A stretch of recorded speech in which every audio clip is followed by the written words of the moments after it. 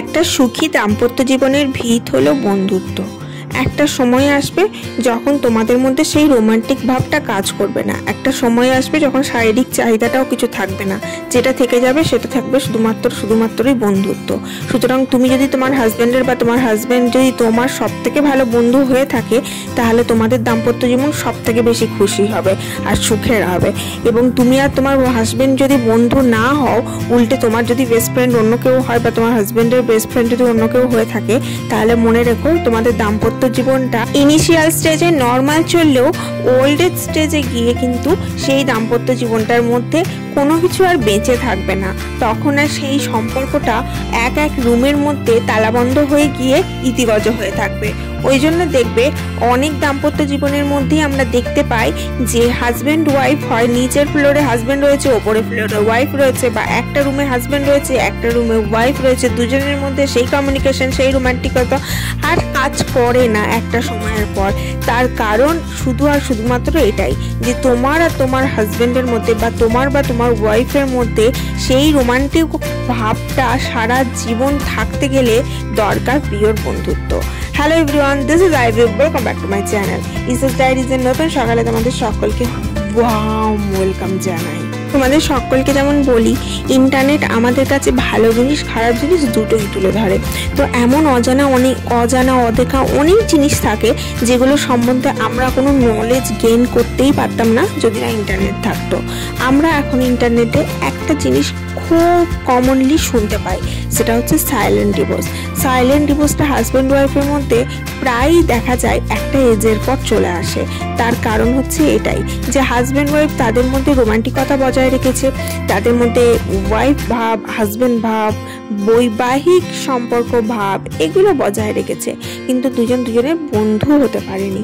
Husband চলে যাচ্ছে office থেকে এসে বন্ধু বান্ধবের খোঁজে পাড়ার মোড়ে আড্ডা দিতে, ওয়াইফ চলে যাচ্ছে তার হাজব্যান্ডকে ছেড়ে দিয়ে ঘর সংসারের কাজ সামলে রেখে দিয়ে চলে যাচ্ছে মহিলা মণ্ডলে গ্যাদারিং করতে। কিন্তু একজন আরেকজনের পরিপূরক বা বেস্ট ফ্রেন্ড খুব কম জায়গায় দেখা যায়। কিন্তু যে জায়গায় তুমি দেখবে হাজব্যান্ড আর ওয়াইফ দুজন বন্ধু হয়ে গেছে খুব ভালো, সেই জায়গায় তাদের সম্পর্কের সমীকরণটা অন্য লেভেলে চলে যায়। আগেকার দিনে হাজব্যান্ডরা ওয়াইফের সামনে স্মোক করতো না, ওয়াইফরা তো ড্রিঙ্ক করা ভুলেই যাও, কিন্তু এখন সেগুলো অ্যাজ ইউজুয়াল হয়ে গেছে। হাজব্যান্ড ওয়াইফ একসাথে বসে অনেক সময় ড্রিঙ্ক করে, হাজব্যান্ড ওয়াইফ একসাথে দাঁড়িয়ে ব্যালকনিতে স্মোক করে। তো সেই যে সমীকরণটা, সেই জায়গাটা যদি তৈরি করে নিতে পারে, আমি জাস্ট একটা এক্সাম্পল দিয়ে বোঝাচ্ছি, সেই যে বন্ধুত্বের জায়গাটা যদি তৈরি করে নিতে পারে যে তোমার অন্য কোনো সঙ্গী দরকার নেই, তোমার কথা বলার জন্য তোমার হাজব্যান্ড বা তোমার ওয়াইফই যথেষ্ট, তাহলে কিন্তু তোমাদের যে বৈবাহিক সম্পর্ক দাম্পত্য জীবনের সমীকরণটা অন্য লেভেলে চলে যাবে। অনেক সময় হয় হাজব্যান্ড ওয়াইফের কাছ থেকে কথা লুকিয়ে যায়, ওয়াইফ হাজব্যান্ডের কাছে কথা লুকিয়ে যায়, মন খুলে কথা বলতে পারে না। একটা বন্ধুর প্রয়োজন হয়। অনেক সময় ওয়াইফরা তার মাদেরকে ফোন করে তাদের মনের কথা বলে, হাজব্যান্ডরা তার মাদেরকে বা তার বন্ধুকে মনের কথা বলে, কিন্তু একে অপরকে বলতে পারে না। সেই জায়গাটা যদি কাটিয়ে তারা একে অপরের সব থেকে ভালো বন্ধু হয়ে ওঠে এবং নিজের কথা নিজের মনের কথা একে অপরকে বলতে পারে, তাহলে কিন্তু সেই সম্পর্কের সমীকরণটা অনেক দৃঢ় হয়, অনেক গাঢ় হয়, আর সম্পর্কটা অনেক বেশি মজবুত হয়। যাই হোক, এগুলো আমার চিন্তাধারা, আমার যেগুলো মনে হয় সেগুলোই আমি তুলে ধরার চেষ্টা করি আর তোমাদের সাথে শেয়ার করার চেষ্টা করি। এবার চলে আসি আজকে সারা দিনটার মধ্যে। মেয়ে গেছে আজকে স্কুলে, একটা দিন আজকে স্কুল ছিল, তারপরে আবার কালকে ছুটি আছে। তার কারণ হচ্ছে ছট পুজো চলছে। তো ছট পুজো আই ডোন্ট নো এক্স্যাক্টলি কোন দিন ছট পুজো, সানডে, মানডে, টুইসডে, এই 3 দিন ধরেই ছট পুজো চলছে আমাদের এখানে, কিন্তু এক্স্যাক্টলি কোন দিন আমি জানি না। তো মেয়েদের স্কুলে ছুটি দিয়েছে টুইসডে, আর অন্যদিকে যেগুলো গভর্নমেন্ট অর্গানাইজেশন সেগুলো সব মানডেতে ছুটি দিয়েছে। তো এক্স্যাক্টলি কোন দিন ছট পুজো আমার জানা নেই। যাই হোক, তোমরা কিন্তু একটা কাজ করো, ছট পুজো যবেই হোক না কেন, সেই ছট পুজোর শুভেচ্ছা উপলক্ষে, আনন্দ উপলক্ষে ঝট করে ভিডিওটাতে লাইক করে দাও আর ফটাফট ভিডিওটা শেয়ার করে দাও। আর অবশ্যই চ্যানেলটা সাবস্ক্রাইব করে নাও, যাতে এরকম ভিডিও আরো ভালো দেখতে পারো। মেয়ে যেহেতু স্কুলে গেছে সেহেতু আমার কাজের ধুমটা একটু বাড়বে এবং ক্লিনিংয়ের ধুমটা আরও বেশি বাড়বে, এটাই স্বাভাবিক। আমার হাজব্যান্ড বলে তোমার মেয়ে যেদিন যেদিন স্কুল যায় সেদিন সেদিন তোমার ঘর পরিষ্কার করার বুঝ চাপে এবং সেদিন সেদিন তুমি ক্লিনিংয়ের ধুমটা তোমার বেশি বেড়ে যায়। সেটাই ন্যাচারাল ফ্যাক্ট। কারণ মেয়ে যেহেতু স্কুল যায় সেহেতু আমার হাতে অনেকটা সময় পাওয়া যায় এবং আমি এই সমস্ত কাজগুলো ঝটাপট করে নিতে পারি। যেমন দেখছো এই যে আমার রান্নাঘরের সংলগ্ন যেটা দেখছো টিভি লাগানো আছে ওয়ালটা, ওটা হচ্ছে আমার রান্নাঘরের ওয়াল। ওই দরজাটা দিয়ে ঢুকে আমার কিচেন রুমটা, তো কিচেন রুমটা আমি ওপেন করাইনি কারণ আমি জানি ওপেন কিচেনে করালে না অনেক সমস্যা হয়। দেখতে অবশ্যই ভালো লাগে কিন্তু ওপেন কিচেন করালে কি হয়, ওই জায়গাটা উড়ি দিয়ে ওপেন কিচেন করা যায়, কিন্তু ওপেন কিচেন করালে কি হয় যে গোটা ঘরে না চিটগুলো চলে আসে। যতই তুমি কুচিনা দাও, কুচিনা একটা সিল্ডের মতো কাজ করবে, হয়তো 60% কাজ করবে, 40% চিট কিন্তু ঘরে থাকবেই। তো যাই হোক, আমি ওটা যেহেতু কভার করে রেখেছি, ওই ফ্যানটা চলে আমার রান্না করার সময়। আমার বাতি কাছে ফ্যান না চালিয়ে আমি রান্না করতে পারি না। আমার জন্য না কেন ফ্যানের আওয়াজটা শুনলেই মনে যেন শরীরটা ঠান্ডা হয়ে রয়েছে। তো ওই ফ্যানটা চলে, ফ্যানটা চলার ফলে না ওই রান্নাঘর থেকে সমস্ত চিটটা ফ্যান টেনে নেয়, তার জন্য খুব নোংরা হয়। আর এই যে পরিষ্কার করছি দেখছো, এর জন্য এই যে স্কচ ব্রাইটটা দিয়ে পরিষ্কার করছি। এইটা আমাকে এই স্কচ ব্রাইটটা দিয়ে আমি ওই কাপড় কাচার সাবান দিয়ে বা কখনো কখনো বাসন মাজার সাবানও নিয়ে নিই, যখন যেটা অ্যাভেলেবেল থাকে। ম্যাক্সিমাম সময় কাপড় কাচার সাবানই নিই, দিয়ে ভালোভাবে ঘষে পরিষ্কার করি অ্যান্ড দেন ভিজে কাপড় দিয়ে ভালোভাবে পরিষ্কার করে নিই। এইভাবেই আমি এই ফ্যানটা পরিষ্কার করি। বাকি যে ফ্যানগুলো আছে বেডরুমের ঘরে আর একটা রুমের ঘরে, স্টাডি রুমের ঘরে, তো সেই ফ্যানগুলো কিন্তু শুধু ভিজে কাপড় দিয়ে মুছলেই হয়, তাতে কোনো চিট হয় না। কিন্তু এই পার্টিকুলার ফ্যানটাতে খুব চিট হয়। আর ওই যে দেখতে পাচ্ছ আমার যে ঝুমুরটা লাগানো রয়েছে, ওইখানে একটা ফ্যান ছিল লাগানো আগে, কিন্তু ওই ফ্যানটা ইউজ হতো না, তাই আমি ঠিক করেছিলাম যে ওখানে ফ্যানটা লাগাবো না, ওখানে ঝুমুর লাগাই, ভালো লাগবে লাইটটা। তো তার জন্য ওই ফ্যানটা খুলে রেখে দিয়েছি ডিভানে, আর ওখানে ঝুমুর লাগিয়ে দিয়েছি। নাহলে ওই ফ্যানটাও পরিষ্কার করতাম কিন্তু ওইটাও চিট হতো না অতটা, শুধুমাত্র এই ফ্যানটাই বেশি চিট হয়। কিন্তু আমি ফ্যান খুব ফ্রিকোয়েন্টলি পরিষ্কার করি, যে ফেলে রেখে দিলাম, বছরে একবার পরিষ্কার করলাম বা 6 মাস অন্তর পরিষ্কার করলাম তা নয়। যখনই দেখি একটু ময়লা হয়েছে তখনই পরিষ্কার করার চেষ্টা করি। তার কারণ হচ্ছে ফ্যানের ময়লাগুলো না নিচের দিকে নামে এবং নিঃশ্বাসে প্রশ্বাসে আমাদের শরীরের মধ্যে ঢোকে।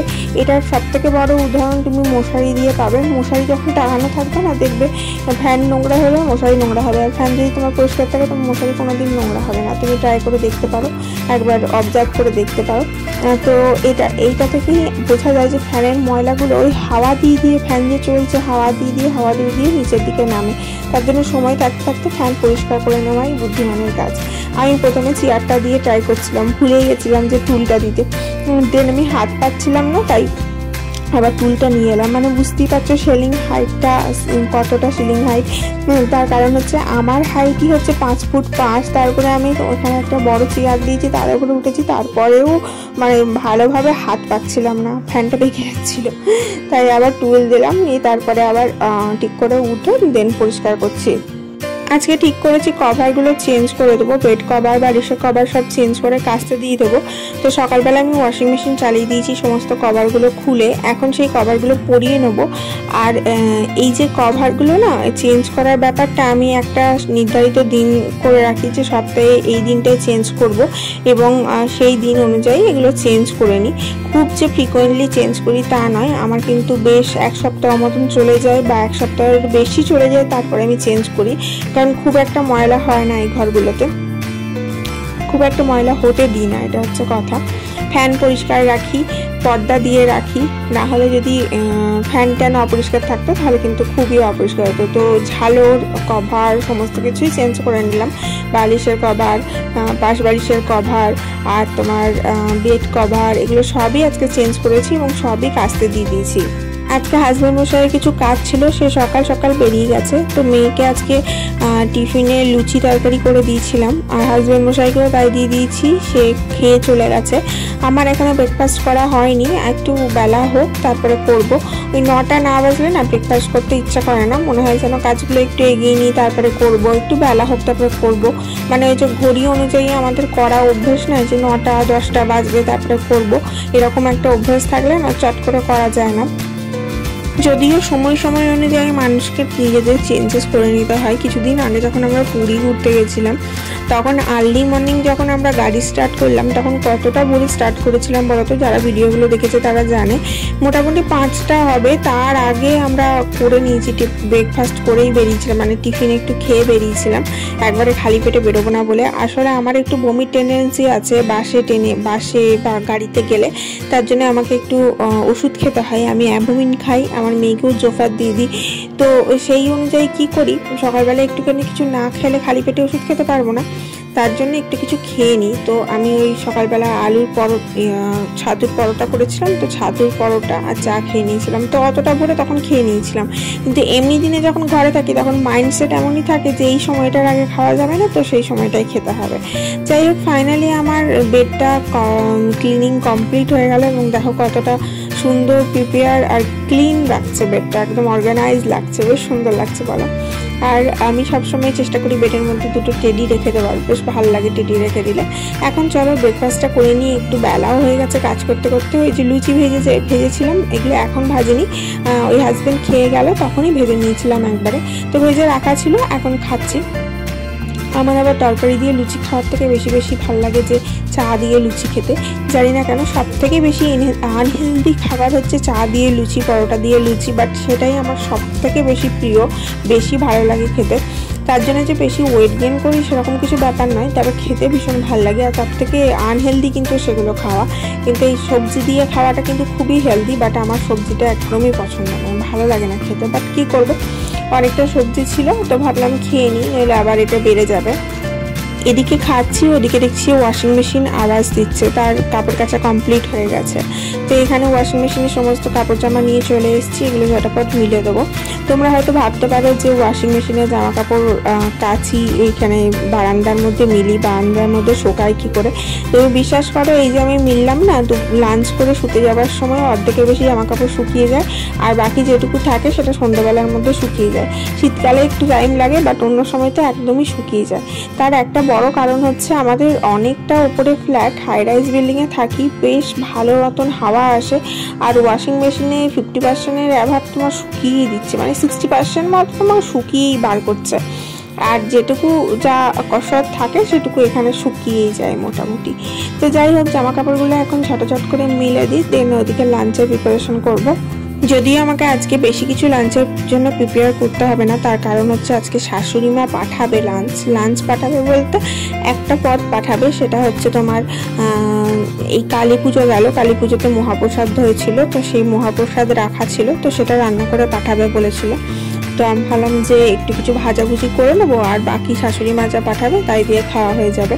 তার জন্য খুব একটা চাপ নেই বলে আমি নিজের মতো করে ঘরটা পরিষ্কার করতে অনেকটা সময় ব্যয় করে ফেলেছি। না হলে কি হয়, ঘর পরিষ্কার রান্না দুটো মিলে অনেকটা চাপ হয়ে যায়। তো ওটাও অনেক বড় ভাগ্যের কথা যে ঘরে বসে বসে প্রসাদ পাচ্ছি বলো। আমরা তো যেতে পারিনি, শ্বশুর শাশুড়ি গেছিলো দুর্গা পুজো, কালী পুজো, সবসময় গ্রামের বাড়িতে যায় শ্বশুর শাশুড়ি, আমরা সবসময় যেতে পারি না। আমরা দুর্গা পুজোয় গেছিলাম 2 দিনের জন্য, আর কালী পুজোয় আমাদের যাওয়া হয়ে ওঠেনি বিভিন্ন কারণবশত, আর আমার হাজব্যান্ডের বিভিন্ন চাপ রয়েছে তার জন্য।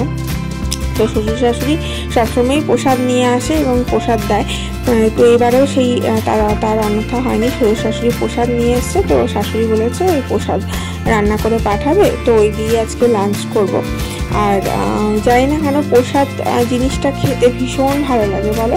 প্রসাদ যেমনই রান্না হোক আর যাই হোক না কেন, দেখবে খেতে ওটার আলাদাই টেস্ট হয় আর খেতে আলাদাই ভালো লাগে।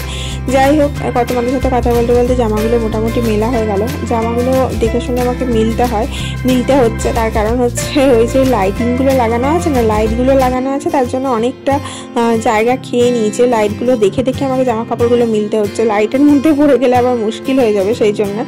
চলো তোমাদের লাঞ্চটা দেখাই নিয়ে আজকের ভিডিওটা এখানেই শেষ করব।